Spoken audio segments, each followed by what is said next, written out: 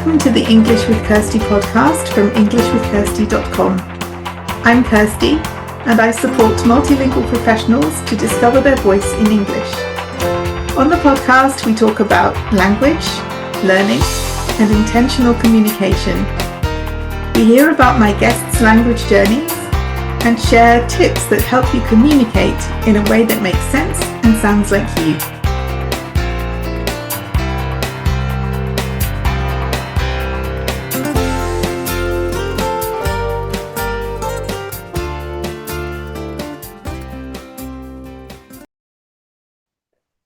Hi everyone, and welcome back to the English with Kirsty podcast. And we have a returning guest this time, so welcome back, Katharina. Hi, it's good to see you. Hi, it's good to see you again. So if anyone missed our first conversation, and I just had to look it up, but it's episode 294, so you can go back and find out about networking and networking tips and networking in additional language tips. But today we're talking about something else. But before we start, maybe you could just let people know who you are, what you do, in case they missed our first conversation. Yes, of course. Hi, I'm Katharina. I'm an English and French into German translator and also a German medical writer. And I am very passionate about women's health and mental health. And these are also the kinds of topics I love working on the most. And yeah, I also talk a lot about these things and being a parent and a freelancer on the internet, for example, on LinkedIn or on Substack. And yeah, that's pretty much where you can find me and what I do. Yeah, we'll include the link to your newsletter in the information for this episode as well, so that people can come and check you out. And why would you say that these topics are important to you then? Obviously, we have to choose things to focus on, but why for you? Why these specific topics? I actually realized when I got pregnant a couple of years ago that I really didn't know anything about my own body and what it was capable of and is capable of. And yeah, I kind of took everything for granted that it does. And then when I got pregnant, I realized that it's actually really cool what it can do. And I started reading up on it, and I found out that there's still a lot of information that can be misleading or even patronizing, and that women's health and mental health, especially, are still topics that are very much shushed and taboo. And I would like to contribute at least a teeny tiny little bit in making these less of a taboo and less stigmatized. So yeah, that's why I'm so vocal about these topics. Okay, and I guess that gets amplified if you're talking about having access to this information in additional languages as well. Um, Yes. the other things, I guess, will be prioritized in some cases, and these things get left out sometimes, which is unfair. So Yes. working Yeah. on this content. Yeah, you know the saying, right? Knowledge is power. So having access to knowledge really is a privilege and an advantage. And there are so many people who don't have access to it or don't have access to information, but don't understand them because Mm. they don't know enough about the topic. So, or they don't speak the language. So yeah, that's a real problem. And I think as language professionals, we can do a lot to like close that gap. It's about language accessibility as well, then. So making sure that the content is communicated in a way that is accessible to everyone and isn't depending on a certain level of prior knowledge about the subject. Right. You have to meet the people where they are, like Mm. at their knowledge level, so to speak. Yeah. Okay, well, it's good that we have you and colleagues like you working on this to hopefully redress that balance. Yeah, hopefully. Yeah.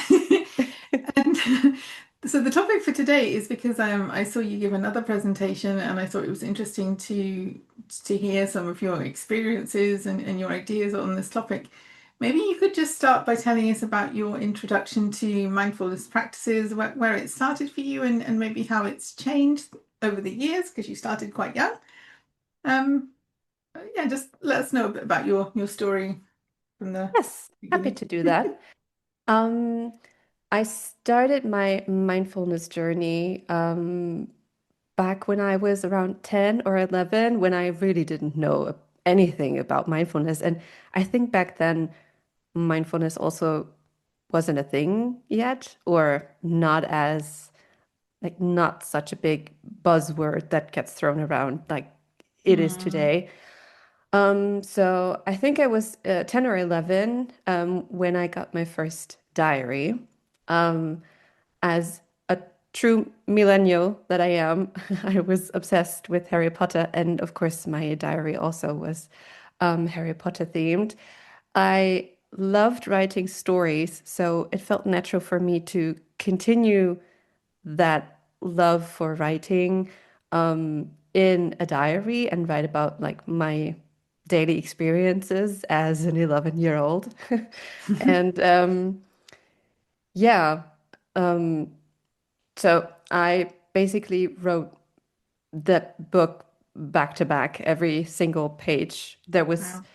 uh, some sort of thoughts on different topics from my 11-year-old self. And I think at the time, for me, it was just like a creative outlet to, as I said before, like continue my love for writing with writing something personal about me.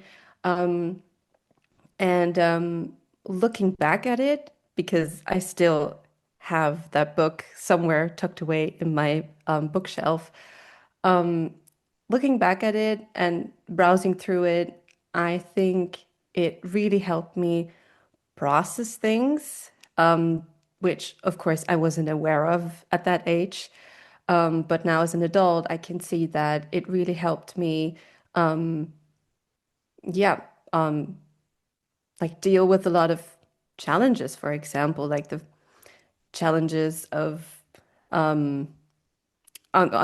about the onset of puberty, for example, or problems with friends. Then also my parents got divorced, so I used my diary to talk about that as well, and of course boys, which who mostly infuriated me. I was very articulate about that, and yeah, since then writing has been a constant companion throughout the years, but with interruptions. For example, when I started university, for some reason I stopped writing like in diaries or journals completely, and didn't start again until I had my daughter and felt like my head was so full with so many new tasks and so many things to take care of and to think about, that I needed some place to, you know, get everything out of my system. And that's where that love for journaling actually came back. Yeah. It's interesting, isn't it? Like your relationship with it kind of went away, but it was still there. I think it's interesting also that you instinctively did that. And I was thinking about my experiences that I used to write. I don't journal now really, unless I kind of it's not an ongoing thing. Maybe I'll sit and do it if I have something to process, but it's not like a regular habit anymore. But when I was at school, particularly at 14, 15, I was having quite a hard time in some areas and I didn't nobody told me to do it. In fact, nobody really knew I was having a hard time, so they couldn't have Mm. done. But um I started writing and it did help, but nobody told you, oh, it's going to help if you sit and write down your thoughts. I think it would be quite interesting to read it now, but I destroyed them because I didn't want to. I guess I could read it now, but at the time, I was afterwards, I was like, oh no, I don't want anyone to find this. I don't want Yeah. anyone to know me that well. Um, and so I didn't keep them, but I think for you, you've still got them, so you can look back, and I imagine it'd be quite fun to look at some of the thoughts of the 11-year-old Katharina and what she was thinking, and especially if you were quite opinionated and had strong ideas about the Yes. stupid guy. Yes. It is fun, but it's also very cringe-worthy at times. It really makes me like go, ooh, okay, yeah, I wrote that down. Good. Let's get past that.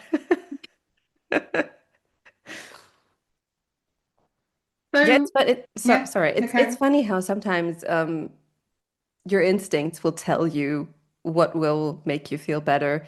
And Hmm. even as a kid who won't, reflect that much on themselves yet, um, that instinct can tell you like this could be good for you. Try it out, and then yeah, I think that's really cool. Now there's a question. Do we listen to those instincts as an adult? Because I think we still have them, but are we as open?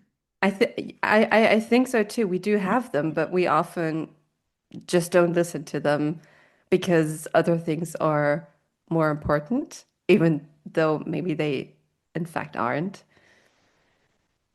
Yeah, I'm trying to be a bit more like that. We were talking before we started recording about to-do lists because we're recording this just before the Easter break and like how long our to-do list can get at this time. But at the same time, I'm trying to live a bit less ruled by my to-do list. So obviously the things that I have to do, the deadlines I have to meet and the meetings I have to go to, but the other things that I think I should be doing, sometimes I'm trying to be a bit more open to, but is there something else that I could be doing today that, like if I get an idea, how about I try this type of content or I go and speak to this person or I create something new? I'm trying to be a bit more open to that because sometimes the best ideas come in that way. That's true. Yeah. And um it's easy to just, fall for or the for like the stress and all the things and forget about yourself and everything that's actually a lot of fun. Yeah, So like not listening to that voice that you need to do this now, because and it's on the instead list. because it's on the list, right? And because it may also feel very good to just tick it off, like Mm, tick off that little box on the list. Can feel very good, but it can also feel good to just leave it and have a bit more space in your brain for something else. yeah. Don't fill all the time that you have with things that you could be doing because then you can get ideas about things that maybe would be better than your original plans. Hmm. But I think that is a big thing when we work for ourselves, like the time that we have. And sometimes I think we give time that we don't have because we think, oh, I don't mean like when there's an urgent deadline that needs to be met, but I think sometimes the thing that doesn't get done is taking care of ourselves at times. It can be when we're really busy, but it can also be when we're not, because there's another pressure that comes if you don't have as much work as you'd like to have, and then you feel this constant pressure. I need to find more. I need to do more. This I need to. And I know one of the other topics we were talking about was self-care, and I think that that's not really something I thought about when I was employed. I didn't always take good care of myself because I often socialized with colleagues and then sometimes had very late nights and then ran on very little sleep and a lot of coffee. Maybe that's just part of being in your 20s, but the self-care did suffer in that way. But I think it's mainly now that I do work for myself, I realize the importance of taking care of myself better because if I don't, then I can't do anything. Do you think Right. we may miss this as business owners, freelancers? Um, yeah, it's really important to take care of yourself because you're the only, like, no one can replace you, right? When you're Mm, working alone and by yourself. And I really think self-care is such an important topic, especially for freelancers, because um, I think there's still that notion of we always need to be on and we always need to be available. And when you're always on, you can truly switch off once you're done with your work. And that can really affect your mental health, but also your physical health. Like me sitting at my desk all day, is not going to do me anything good, like health wise. mm, And I think there's a reason for burnout rates among freelancers being so high. I think it's really not that surprising because we do work just by ourselves and for ourselves, and we feel like we need to do everything always. And the first thing that goes is like taking care of ourselves because we feel like we need to work on another project to make some more money or work on finding more projects. Like you said, these are two kinds of different pressures, but they are pressures and they do put a lot of stress on ourselves. So yeah, really important. Yeah, because I think this idea about self-care is like something, it can be limited to certain activities, something you add on at the end of the week if you have time, or even like as a reward. And I've never really understood this idea that it's a reward, but sometimes it's seen in that way. Um, Hmm. what activities do you do to take care of yourself? I mean, we mentioned the writing, and I think that that could be one of them, that, giving yourself the time to think and process and Hmm. journal. But what else helped you? Um, well, me too. I also have the feeling that self-care is often reduced to like treating yourself to something like, and it's also very often wellness related, right? Like uh, having a bath or a spa day or having your nails and hair done. And that I think that can be self-care, but I think it's just the tip of the iceberg. For me, Mm. actually, self-care is more like self-parenting, like treating yourself like you are your own parent. And that might sound a bit contradictory to what people usually perceive as self-care, but well, because it does involve a lot less treats, in quotation marks, for No me. treats. Mm. And more things I actually don't enjoy that much, but I know will help me in the long run.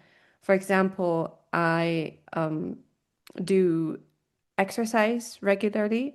That doesn't mean I particularly enjoy it. I actually really don't enjoy exercising regularly.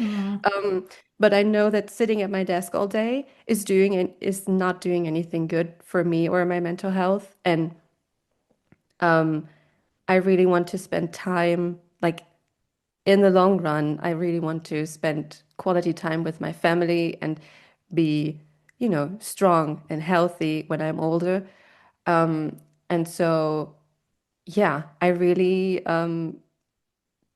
self-parent myself into doing regular exercise. And I know once I get going and once I get past the part of me that does not want to move, I'll feel better. And yeah, so when I don't feel like exercising, which is more often than you think, I'm being my own parent, or I try to be my own parent. It doesn't always work.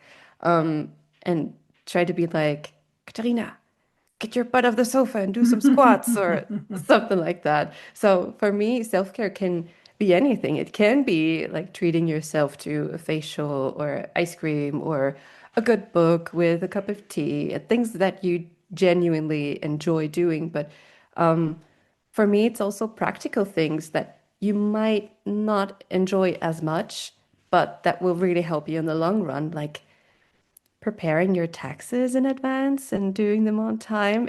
That's something I really don't look forward to, but it really is a form of self-care for me as well, like keeping at it so that I don't feel the frustration of having to, catch up on it once they're due and like doing everything at once.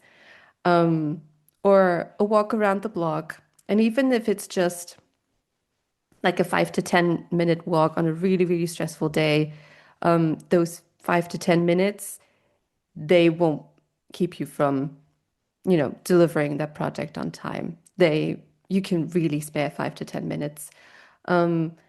And yeah, just getting outside, getting some fresh air, Mm, clearing your I head, love that. going away from the laptop, um, can really change the way also you look at the project. It can give you better ideas or new ideas.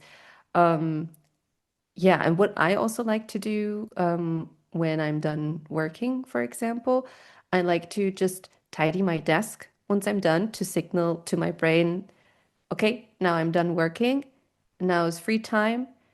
I tidy everything up, like bring all the cups that I used into the kitchen. And so I can signal to my brain that I'm done working. And in the morning, when I return to my office, then I have a clean space and don't have to, tidy up everything. Yeah, I think sometimes you really need to put in some work for self-care. But like it's almost always like the little things that have a really big effect, at least for me. Like you can have like a yoga routine every morning, 30 minutes or something like that. But that can also be overwhelming, especially when you have a lot on your plate. Like getting yourself to doing 30 minutes of yoga can seem impossible sometimes. And then having like a tiny habit that you stick to that you know will give you like a good feeling, like some breath work while you brew your tea or your coffee, that can already help you feel so much better and so much more relaxed than if you were to rush through a 30-minute yoga session and don't really concentrate on it. Yeah, it's thinking about the things that are going to give you back some of your time and energy. When you were talking, I was thinking, yeah, Kirsty, that also means going to bed on time. I'm not very good at that. Um, but I was thinking too that it can be ways to when we are like denying ourselves, when we if we give too much or we do things that are going to make problems for ourselves and think, oh, I can do that, but it's like I guess some people may feel a resistance to this idea of self-parenting because they didn't have a good experience. Like if you haven't, but it's not talking about replicating the experiences that you've had. It's talking about like if you didn't have a good experience of this naturally, like with Yeah, your natural family, then you can decide to do it a different way. You can be your own better parent because it doesn't have to be like what you've experienced. So yeah, if anyone felt like a resistance to this idea because of that, I mean, it could be someone else that you have in your past or around you who gave you that. It doesn't have to be natural family. And if you didn't have that, then it's your opportunity to give yourself what you wish you had yeah, when you were of course, yeah. smaller. I really like that idea. Yeah, that is a really good point you're making there. Um, because you're right, not everyone has like a a nice childhood, or parents for that matter that are there or caring. So that's a really good point. Um, treating treating yourself the way you would have wanted to be treated by a person you admire or you feel close to, um, is maybe a better way of phrasing it. Yeah. And sometimes that means like looking out for yourself in ways that you wouldn't naturally do, but somebody else, even a friend could say, why are you doing that? Why did you say yes to that when now you don't have a weekend? Or why did you accept that when you know it's not, sometimes it can just be setting boundaries is also self-care, I think. Like actually, Mm, no, I can't do that or I don't want to do that because it's not going to be good for me in the long run. So yeah, it's doing things that are good for us, but also like avoiding things that we know are not going to be so great as well. yeah. And not being too hard on yourself. I also always like the practice of when you're like super upset about something that went wrong or something like that, and you ask yourself, would you talk, if your friend told you that, would you Mm, talk to them like that as well? yeah. Or would you be maybe a bit nicer? Or if it's in business, like if you've had staff before, like if you've been a manager of a team before, like would you speak to your team like that if you were Hmm. like sometimes that can help you to get a bit of distance from the emotion, like the raw emotion you feel, like if something didn't go your way or you made a mistake, because like we all make Yeah. mistakes as well sometimes, and it's Yeah. normal. But like, would you speak to your team like you've just spoken to yourself? Yeah. Yeah. Would you be able to square that with like, oh, I'm a good manager and I speak to my team like that? So Yeah, because these feelings can really be overwhelming. And when you get lost, yeah, it's really hard to like put that distance between you and what you're actually upset about and seeing it with a bit of more or from a more objective angle. mm, yeah, sometimes it's almost like a role play, but it helps you to get some of the perspective back rather than just Mm. like the raw emotion of what's just happened, like to be a bit more objective, maybe. So we've talked about writing and we've talked about some of the things that you do, but also this is a language podcast, so I'd like to bring the idea of additional languages in because you do have English and French. And so I was wondering if they ever play a role for you, like in your journaling or consuming content, like yoga classes in other languages or meditation. Does that work for you? Any of those Oh ideas? yes, yeah. Oh yes, I do. Um, I do consume a lot of yoga content or like workout content for that matter.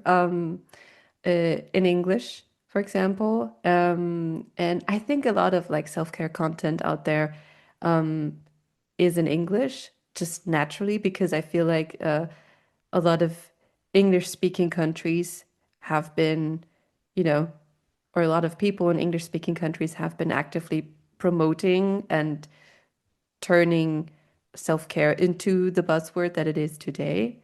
Um, and I also like to journal in English. Um, I have been doing it for the past 2 years, I think. And I started doing it when I joined an English journaling session. And because the questions were in English and because the host was talking in English, it made sense for me to reply to the prompts in English as well. And from that moment on, you can also see in my journal, I just went with it. Before that, I was exclusively journaling in German. And from that moment on, I have been journaling in English. And that really combines my love for languages with self-care and mindfulness and journaling. And at first, it was a bit of a struggle because, like, being the perfectionist that I am, I wanted to Mhm. phrase everything correctly. I wanted everything to sound beautiful. And for some reason, I wanted everything to look nice as well, which is completely unhelpful when you're trying to journal to work through something, right? That's not a standard you want to put yourself up against. Um, I mean, scrapbooking, for example, can be a nice form of self-care or mindfulness as well, where the goal is to create something that is pleasing to you. But journaling usually isn't. It's just for you to, sort out your thoughts and get something off your chest, maybe work through some emotions and things like that. So yeah, those standards weren't really helpful, but after a while I was able to let go of that and focus more on what I write instead of how I write. And yeah, no one's gonna read it anyway, at least I hope so. So I wonder if at some point my daughter will like find my journals or like the worst case scenario, my old diary from my 11-year-old self and browse through it. And yeah, that's the worst case scenario. Yeah, that's funny. But I think it's, yeah, I don't generally do journaling regularly, but I remember being at like an online meeting and that was part of it. And I at school I was that kid that was always finished first because I had a laptop and no one else did, so they were writing with they were writing by hand and I can't. So and I was beginning to have the same problem with the journaling prompts that Mm. I'm fast and I always have ideas for writing. And I feel and I was thinking, oh, shall I check my email? Shall I? And that's not. good. I wanted to be doing something. And so I decided to like switch each prompt like to write in a different language other than English. And so I was like circling around my and that was harder and it made me focus on what I was writing more and I used the time in the same way as the others did. But in doing that, that was really just for a practical thing to stop me getting distracted because I'd finished too quickly. But Mm. I actually found that I had to think more about what I really wanted to say, like to distill the emotions and the thoughts down into some of the languages having more restrictions than others. I've only got three, but like in German, it was fairly easy to switch and write in German, but then for Romanian and Portuguese, I had to really think, okay, what is the main point I want to make here, and how can I make that? It doesn't need to be perfect because no one else is going to read it, but it has to be understandable. It has to Mhm. get the main feelings or the main points across, and that made me slow down a bit in a way which maybe writing with a pen makes other people slow down a bit. I'm not sure because I don't have that experience. Mhm. But I think sometimes using another language, if you're typing, can help because it makes you focus a bit more rather than just, especially if you can type quickly, just to be a bit more present with the thoughts rather than just trying to get everything out of your head onto the screen.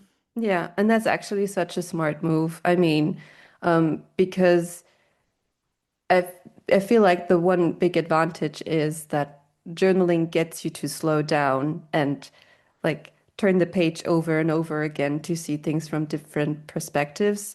And when you type, you really don't get that experience. And so focusing on a different language where you have to like really work out what am I trying to say, and maybe search for a wording or a phrase. How can I say that so that it's clear and things like that?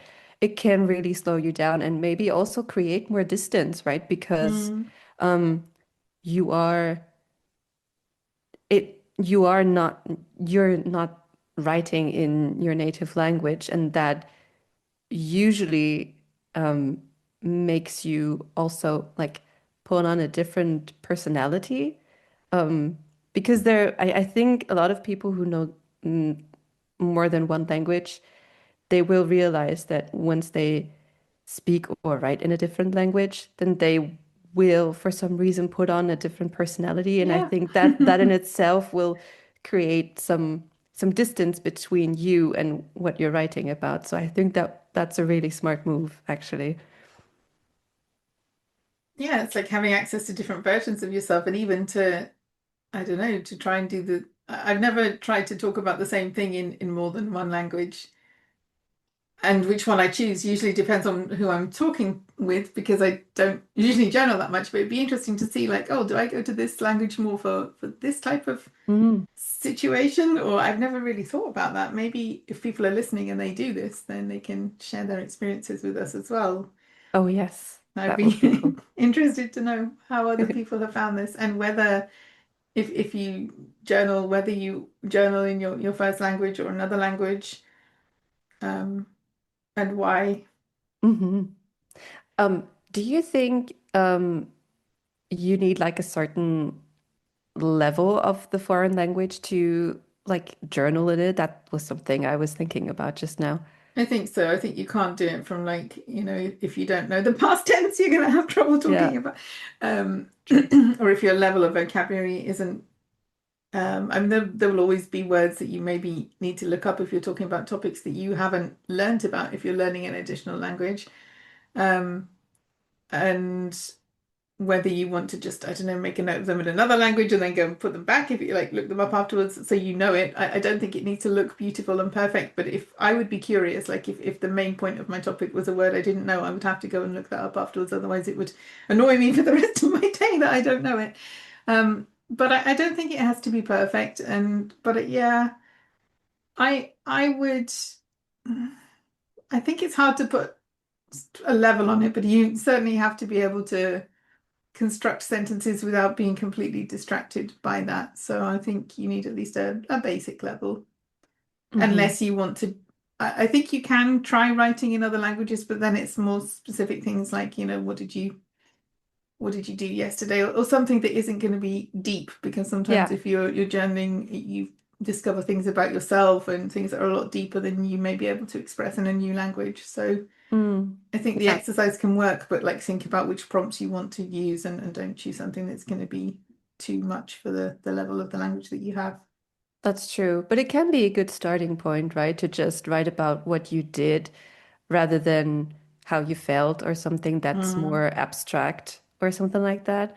I think it could be a good starting point to practice, for example, yeah. and also like reflect on what you did and then maybe do some reflection work in your head or something like that. It really still has, I think, that effect of you helping to slow down and think about things. Or like what can you see if you journal in places, like if you go for a walk or something, like what can you Mm. see? Then it's not, it's practicing describing Oh, something, yeah, or but then that makes you look. That's also good because it makes you be present with what's right. around you. That's also really nice. Yeah. Not so much if you do it in the same place every time, that can get a bit monotonous. But if you're going for walks and spending time out in the nature, that's maybe something that could work Yeah. to really kind of bring you back to where you are and what's happening around you, rather than what might happen in the future, what has happened in the past, like to Mm. bring you back to, okay, what's going Yeah. on now?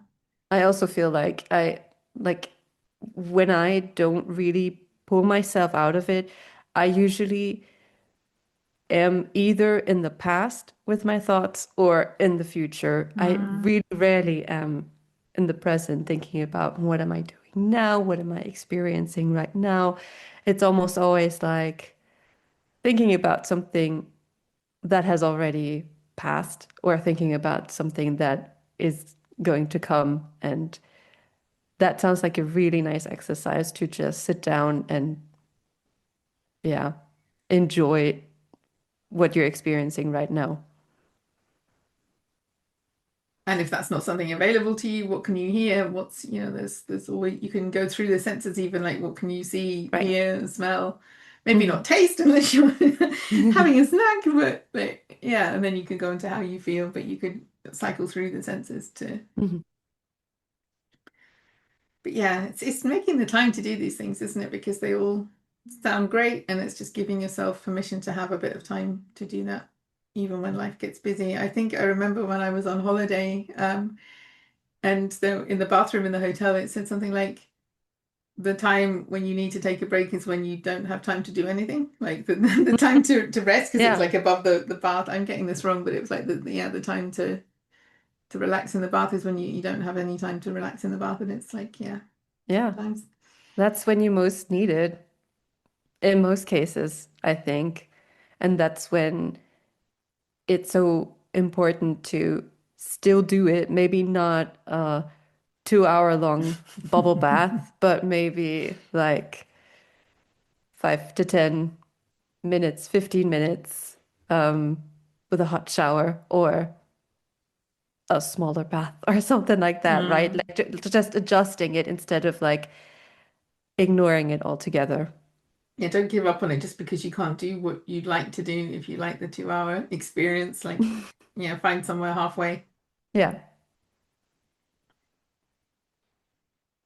Yeah, lots to think about. And I think in all I mean, it's changed now, because when I started my business, I there wasn't as much information as there is now. I think now they could be like potentially overwhelmed because there's so much Hmm. stuff, and it's finding out that, which is the best, which is good quality and which is right for you. But I didn't hear anyone talking about these topics for a long time. It was all about sales and marketing, and these things are important too. But like, I think it's something we can like skim over, because it's like, oh, it's not income generating, but actually, if you don't have it, if you don't take care of yourself, then all of the other income generating activities are not gonna work, or at least not to their full potential, because you're going to be exhausted and Yeah.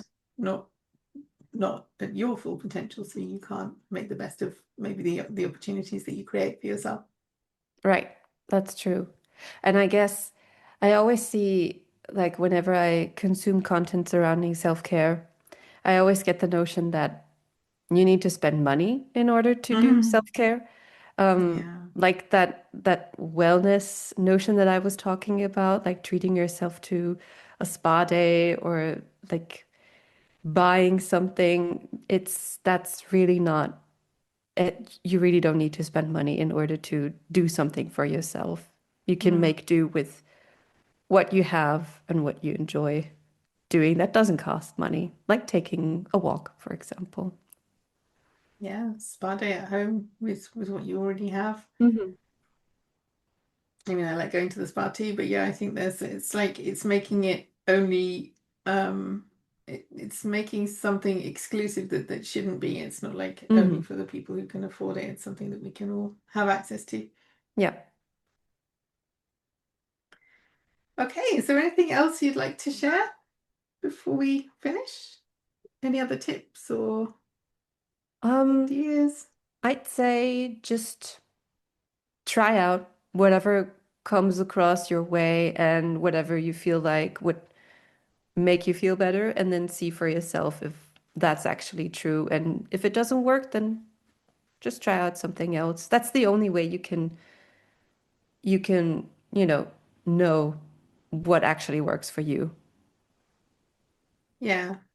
And there isn't like a right way. You have to have Yeah. this type of notebook, or you have Hmm. to. It's like whatever works for you is going to Yeah. be something that you'll continue with. Because if it's working for you, you'll be more motivated to do it again. Yeah. And don't be too hard on yourself. Like, for example, um, saying that you need to journal, that when you journal, you need to journal daily or something like that. I think that just creates even more stress that we don't need. You can journal when you Mm. feel like it and as much and as you want. And you don't have to keep it. Like I, Yeah. even when I journal now, I maybe keep it for a month or so, and then I don't. I get rid of it Hmm. because it's not about the. I mean, it's nice that you can go back and look at, but if you're not somebody that wants this, there's something quite liberating about deleting something where you Hmm. got Yeah. out a lot of emotion and then, okay, I don't need you anymore. Yeah. You can go. It doesn't have to be about creating something that will be found or that will be published, or it's Yeah. just it's the process of writing that's important, not really what happens with it afterwards. So Yeah. if you don't feel comfortable with that, as I still don't. I don't know why, but I'm happy to write and then get it gone and then start again. Yeah, you don't have to hold on to it, right? It doesn't really it doesn't really serve you anymore. You got it out of your system, then you can also get rid of it.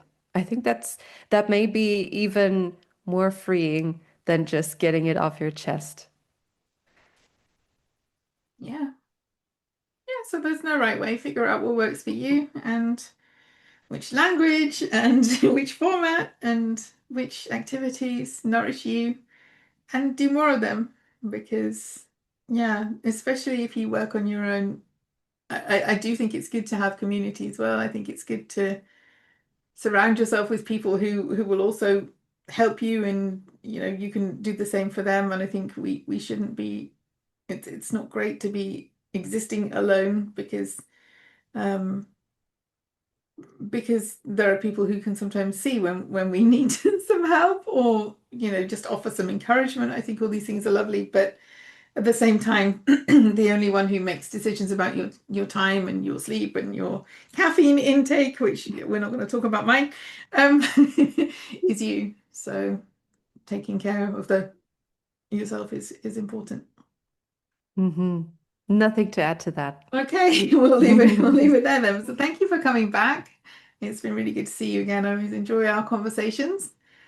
Thank you so much for having me again.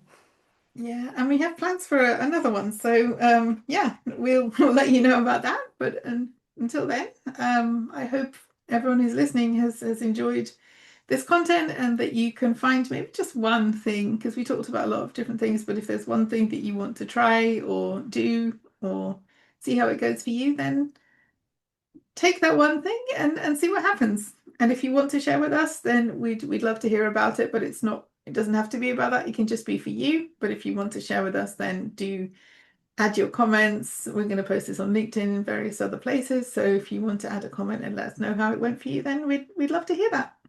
Yes. I hope you enjoyed this episode of the English with Kirsty podcast. If you have any questions or comments, my email address is kirsty@englishwithkirsty.com, or you can go to www.englishwithkirsty.com/podcast, where you'll find information about the individual episodes.